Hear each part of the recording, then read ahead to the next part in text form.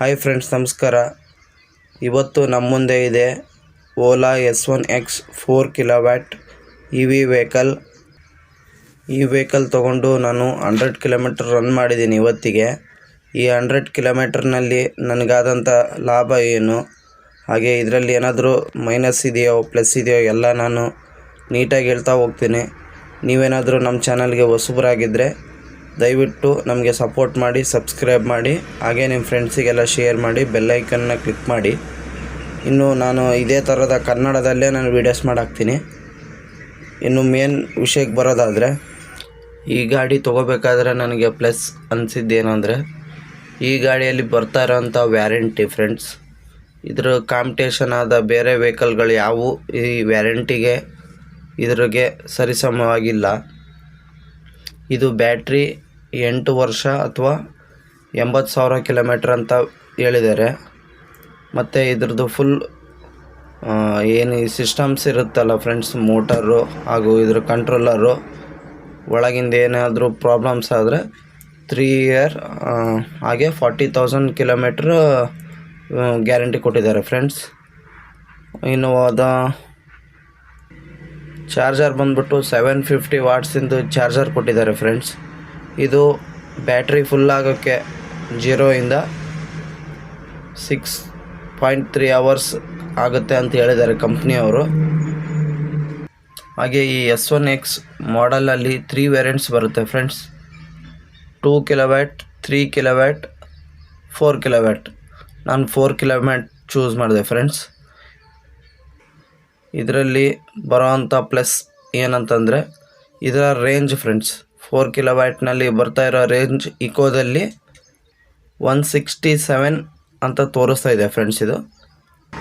ಆದರೆ ರಿಯಲ್ ಲೈಫ್ನಲ್ಲಿ ಇದು 167 ಬರಲ್ಲ ಫ್ರೆಂಡ್ಸ್. ಇದು ನಾವು ಯಾವ ಥರ ಯೂಸ್ ಮಾಡ್ತೀವಿ, ನಾವು ಯಾವ ಥರ ವೇಟ್ ಹಾಕ್ತೀವಿ, ನಮ್ಮ ಯೂಸ್ ಯಾವ ಥರ ಇರುತ್ತೋ ಅದ್ರ ಮೇಲೆ ಡಿಪೆಂಡ್ ಆಗಿ ಇದು ನಮಗೆ ಕಿಲೋಮೀಟ್ರ್ ಡ್ರಾಪ್ ಆಗ್ತದೆ ಫ್ರೆಂಡ್ಸ್. ಇನ್ನು ನಾವು ಕೊಡೋ ಥ್ರಾಟಲ್ ಮೇಲೂ ಕೂಡ ಇದು ಡಿಪೆಂಡ್ ಆಗಿರುತ್ತೆ ಫ್ರೆಂಡ್ಸ್. ನಾವು ನಾರ್ಮಲ್ ಪೆಟ್ರೋಲ್ ಗಾಡಿ ಥರ ಥ್ರಾಟಲ್ನ ಹೆವಿಯಾಗಿ ತಿರುಗಿಸಿದ್ರೆ, ಆ ಥರ ಇದರಲ್ಲಿ ತಿರುಗಿಸಿದ್ರೆ ಮೈಲೇಜ್ ಡ್ರಾಪ್ ಆಗುತ್ತೆ ಫ್ರೆಂಡ್ಸ್. ರೇಂಜೂ ಇದು ಡ್ರಾಪ್ ಆಗೋ ಸಾಧ್ಯತೆ ಭಾಳ ಇದೆ. ಇನ್ನು ಇದರಲ್ಲಿ ಬಂದಿರೋ ಈ ಬಿಲ್ಡ್ ಕ್ವಾಲಿಟಿ ಅಂತೂ ಫ್ರೆಂಡ್ಸ್ ಇದು ಸರಿ ಇಲ್ಲ ಅಂತಲೇ ಅನ್ನಿಸ್ತಾಯಿದೆ ನನಗೆ. ಯಾಕಂದರೆ ಅಲ್ಲಲ್ಲಿ ಗ್ಯಾಪ್ಗಳು ಭಾಳ ಇದ್ದಾವೆ ಫ್ರೆಂಡ್ಸ್. ಇದು ನಾನು ಈ ವೆಹಿಕಲ್ನ ಡೆಲಿವರಿ ತೊಗೊಳ್ಬೇಕಾದ್ರೆ ಕೇಳಿದೆ ನಾನು. ಅವರೇನಂದರು ಇದೇನು ಪ್ರಾಬ್ಲಮ್ಸ್ ಇಲ್ಲ, ಇದು ನಾರ್ಮಲ್ಸ್ ಗ್ಯಾಪ್ಸ್ ಅಂತಲೇ ಹೇಳಿದ್ರು ಫ್ರೆಂಡ್ಸ್ ಅವರು. ಎಲ್ಲ ವೆಹಿಕಲಲ್ಲೂ ಕೂಡ ಇದು ಇದೇ ಥರ ಬರುತ್ತೆ ಅಂತಂದರು. ಇನ್ನು ಇದರಲ್ಲಿ ಹಾಕಿರೋ ಮೋಟ್ರು ಬಂದುಬಿಟ್ಟು ಹೆವಿ ಸೌಂಡ್ ಮಾಡುತ್ತೆ ಫ್ರೆಂಡ್ಸ್. ರನ್ನಿಂಗ್ ಟೈಮ್ನಲ್ಲಿ ಸೌಂಡ್ ಬರುತ್ತೆ ಈ ಮೋಟ್ರು. ಸಿಟಿನಲ್ಲಿ ರೈಡ್ ಮಾಡ್ತಿರ್ಬೇಕಾದ್ರೆ ಆ ಫೀಲ್ ಗೊತ್ತಾಗಲ್ಲ ಫ್ರೆಂಡ್ಸ್. ಸಿಂಗಲ್ ಆಗಿ ನಾವೇನಾದರೂ ಈ ಸಿಟಿ ಬಿಟ್ಟು ಹೊರಗಡೆ ಹೋಗ್ತಿರ್ಬೇಕಾದ್ರೆ ಶಬ್ದ ಇರಲಾದ ಪ್ಲೇಸ್ನಲ್ಲಿ ಸ್ವಲ್ಪ ಹೆವಿಯಾಗಿ ಕೇಳಿಸುತ್ತೆ. ಅದು ಒಂಥರ ಇರಿಟೇಟೂ ಮಾಡುತ್ತೆ ಫ್ರೆಂಡ್ಸ್. ಹಾಗೆ ಈ ಮೋಟ್ರು ಪಿಕಪ್ ಪವರ್ ಮಾತ್ರ ಎಕ್ಸಲೆಂಟ್ ಇದೆ ಫ್ರೆಂಡ್ಸ್. ಇದರಲ್ಲಿ ಮೂವರು ಹೋದ್ರೂ ಅದು ಪಿಕಪ್ನಲ್ಲಿ ಯಾವುದೇ ಡ್ರಾಪ್ ಆಗೋಲ್ಲ. ಎಂಥ ದೊಡ್ಡ ಅಂಶ ಆದರೂ ಕೂಡ ಪಿಕಪ್ನಲ್ಲಿ ಡ್ರಾಪ್ ಆಗೋಲ್ಲ. ಇನ್ನು ರೇಂಜ್ ಕಡಿಮೆ ಆಗುತ್ತೆ ಫ್ರೆಂಡ್ಸ್ ಮೂವರೆಲ್ಲ ನಾವು ಹೆವಿ ಲೋಡ್ ಹಾಕ್ಬಿಟ್ಟು ಹೊಡೆದ್ರೆ.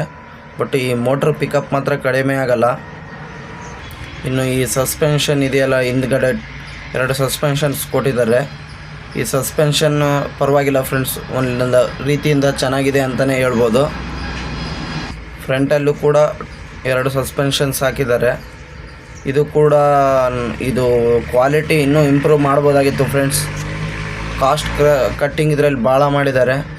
ಇದರಲ್ಲಿ ಹೆವಿ ಇರಿಟೇಟ್ ಸೌಂಡ್ಸ್ ಬೇರೆ ಆಗುತ್ತೆ ಫ್ರೆಂಡ್ಸ್. ನೀವೇನಾದರೂ ಜೋರಾಗಿ ಏನಾದರೂ ಚೆನ್ನಾಗಿಲ್ಲದೆ ಇರೋವಂಥ ರೋಡಲ್ಲಿ ಹೋದಾಗ ಅದೊಂಥರ ಕಂಫರ್ಟಬಲ್ ಫೀಲ್ ಕೊಡಲ್ಲ ಫ್ರೆಂಡ್ಸ್. ಇದೊಂದು ಇದರಲ್ಲಿ ಮೈನಸ್ ಪಾಯಿಂಟ್ ಆಗಿರುತ್ತೆ ಇದು. ಹಾಗೆ ಈ ಹ್ಯಾಂಡಲ್ಲೂ ಶೇಕ್ ಆಗುತ್ತೆ ಫ್ರೆಂಡ್ಸ್, ಭಾಳ ಶೇಕ್ ಆಗುತ್ತೆ. ಭಾಳ ನೀವು ರ್ಯಾಶಾಗಿ ರೈಡ್ ಮಾಡೋ ಟೈಮ್ನಲ್ಲಿ ಒಂದು 50 ಕಿಲೋಮೀಟ್ರ್ ಮೇಲೆ ಏನಾದರೂ ನಿಮ್ಮ ಹಳ್ಳಿ ಕಡೆ ಎಲ್ಲ ಹೋಗ್ಬೇಕಾದ್ರೆ ಹ್ಯಾಂಡ್ಲು ಭಾಳ ಶೇಕ್ ಆಗುತ್ತೆ ಫ್ರೆಂಡ್ಸ್. ಇದು ನಾರ್ಮಲ್ ಸಿಟಿದಲ್ಲಿ ಏನು ಪ್ರಾಬ್ಲಮ್ ಕೊಡಲ್ಲ. ಇದು ನಾರ್ಮಲ್ ರೋಟಲ್ಲೂ ಕೂಡ ಏನು ಪ್ರಾಬ್ಲಮ್ ಕೊಡಲ್ಲ. ಆದರೆ ಈ ಮಣ್ಣಿನ ರೋಡಲ್ಲಿ ಅಥವಾ ಹಂಪ್ಸ್ ಇದ್ದಲ್ಲಿ ಮಾತ್ರ ಅದು ಗಾಡಿ ಭಾಳ ಸ್ಲೋನಲ್ಲೇ ಹೋಗ್ಬೇಕಾಗತ್ತೆ. ಹಾಗೆ ಈ ಸೀಟ್ ಕೊಟ್ಟಿದ್ದಾರಲ್ಲ ಫ್ರೆಂಡ್ಸ್ ಕಂಪ್ನಿಯಿಂದ, ಇದೂ ಅಷ್ಟಕ್ಕಷ್ಟೇ ಕಂಫರ್ಟಬಲ್ ಏನಿದೆ, ಆದರೆ ಬಿಲ್ಡಿನಲ್ಲಿ ಭಾಳ ಚೀಪ್ ಮೆಟೀರಿಯಲ್ ಅಂತ ಅನಿಸುತ್ತೆ ಫ್ರೆಂಡ್ಸ್. ಇದು ಹೆವಿ ವೇಟ್ ಇರೋರು ಕುಂತು ಓಡಿಸಿದ್ರೆ ಇದು ಸೀಟು ಒಳಗಡೆ ಹೋಗುತ್ತೆ ಅನ್ನೋ ಥರ ಫೀಲ್ ಕೊಡುತ್ತೆ ಈ ಸೀಟ್ ಕೂಡ. ಹಾಗೆ ಇದರಲ್ಲಿ ಕೊಟ್ಟಿರೋ ಸೈಡ್ ಸ್ಟ್ಯಾಂಡ್ ಇದೆಯಲ್ಲ ಫ್ರೆಂಡ್ಸ್, ಇದು ಬಹಳ ಲೋ ಕ್ವಾಲಿಟಿ ಅಲ್ಯೂಮಿನಿಯಂ ಸ್ಟ್ಯಾಂಡ್ ಥರ ಇದೆ ಫ್ರೆಂಡ್ಸ್. ಇದು ಎಲ್ಲಾದರೂ ಹೊರಗಡೆ ಬಿಟ್ಟರೆ ಯಾರಾದರೂ ಕುಳಿತರೆ ಇದು ಮುರಿಯೋ ಸಾಧ್ಯತೆ ಕೂಡ ಇದೆ. ಹೆವಿ ಇರೋರು ಸ್ಟ್ಯಾಂಡ್ ಹಾಕ್ಬಿಟ್ಟು ಅದ್ರ ಮೇಲೆ ಕುಳಿತರೆ ನಾರ್ಮಲ್ಲು ನಮ್ಮದು ಏನು ಪೆಟ್ರೋಲ್ ಬೈಕ್ ಅದ್ರ ಮೇಲೆ ಯಾವ ಥರ ಕೂಡ್ತಿದ್ವಿ ಸ್ಟ್ಯಾಂಡ್ ಹಾಕಿ, ಆ ಥರ ಇದರಲ್ಲಿ ಕೂಡ್ತಿದ್ರೆ ಗ್ಯಾರಂಟಿ ಮುರಿದೋಗುತ್ತೆ ಅಂತಲೇ ಅನ್ನಿಸ್ತಾಯಿದೆ ಫ್ರೆಂಡ್ಸ್. ಇನ್ನು ಓಲಾ ಕಂಪ್ನಿಯಲ್ಲಿ ಸ್ಟೋರಲ್ಲಿನೇ ಡಬಲ್ ಸ್ಟ್ಯಾಂಡ್ ಕೂಡ ಸಿಗುತ್ತೆ. ನೀವು ಅದಕ್ಕೆ ಅಮೌಂಟು ಎಡಿಷ್ನಲ್ ಕೊಟ್ಬಿಟ್ಟು ಹಾಕ್ಸ್ಕೋಬೋದು.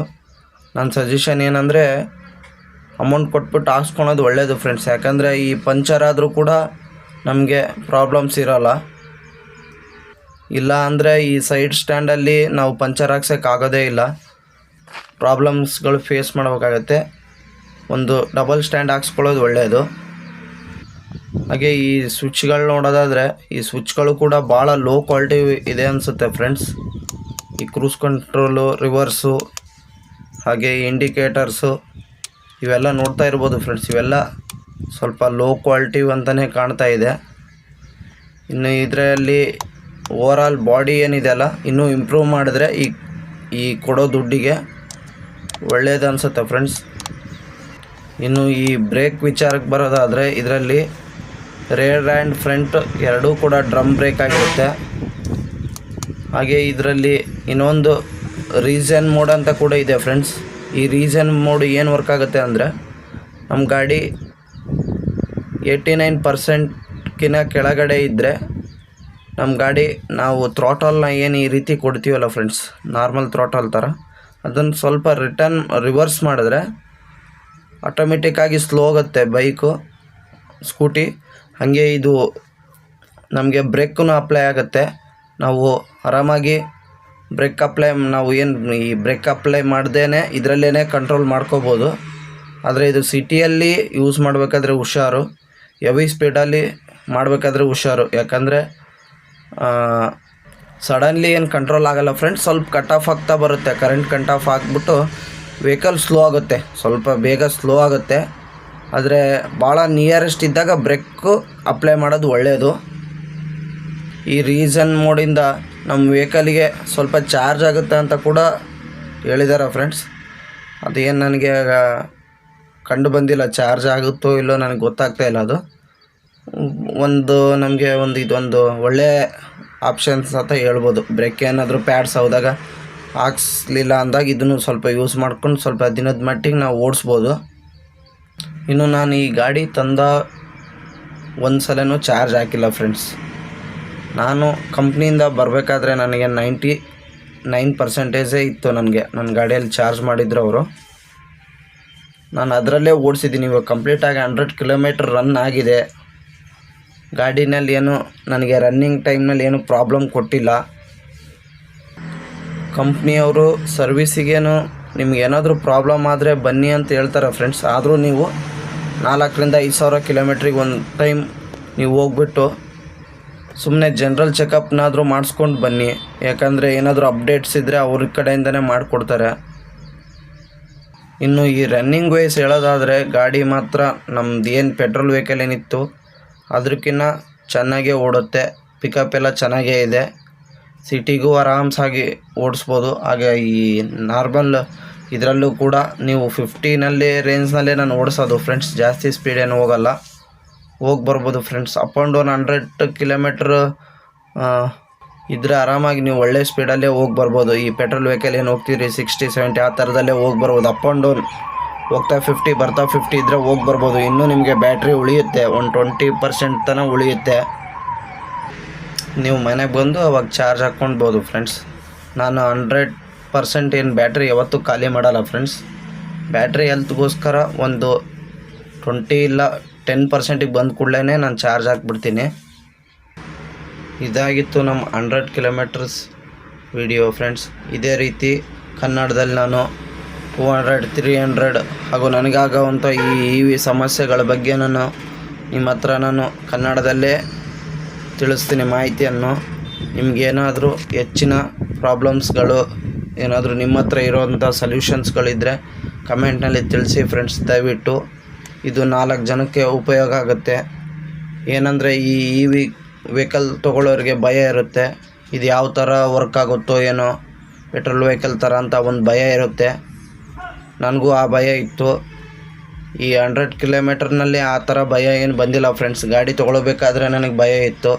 ಆದರೆ ಈಗ ಈ ವೆಹಿಕಲ್ ರನ್ ಮಾಡ್ತಾ ಇರೋ ಅಂಥದ್ದು ನೋಡಿದ್ರೆ ನನಗೆ ಒಂದು ಕಂಫರ್ಟಬಲ್ ಫೀಲ್ ಅಂತೂ ಇದೆ. ಯಾಕಂದರೆ ಪೆಟ್ರೋಲ್ ವೆಹಿಕಲ್ಕಿಂತ ಪಿಕಪ್ಪೂ ಚೆನ್ನಾಗೇ ಇದೆ ಫ್ರೆಂಡ್ಸ್. ಇನ್ನೂ ಹೇಳ್ಬೇಕಂದ್ರೆ ಇದ್ರ ಮೇಲೆ ಹೇಳ್ತಾ ಇದ್ದೀನಿ ಫ್ರೆಂಡ್ಸ್. ಮುಂದೆ ಏನೇನಿದೆಯೋ ಅದು ನನಗೆ ಗೊತ್ತಿಲ್ಲ. ನನಗಾಗೋಂಥ ಸಮಸ್ಯೆಗಳಾಗಿರ್ಬೋದು, ಪ್ಲಸ್ ಮೈನಸ್ ಎಲ್ಲದೂ ನಿಮ್ಮ ಹತ್ರ ಹಂಚ್ಕೊತೀನಿ ನಾನು. ನೀವು ಮಾಡಬೇಕಾಗಿರೋದು ಒಂದು ಸಣ್ಣ ಹೆಲ್ಪ್ ಏನಂದರೆ ನಮ್ಮ ಚಾನಲ್ನ ಸಬ್ಸ್ಕ್ರೈಬ್ ಮಾಡಿಕೊಂಡು ಬೆಲ್ ಐಕಾನ್ ಕ್ಲಿಕ್ ಮಾಡಿ ನಿಮ್ಮ ಫ್ರೆಂಡ್ಸಿಗೆ ಶೇರ್ ಮಾಡಿ ಫ್ರೆಂಡ್ಸ್. ಸಪೋರ್ಟ್ ಮಾಡಿ ದಯವಿಟ್ಟು. ಧನ್ಯವಾದಗಳು ಫ್ರೆಂಡ್ಸ್.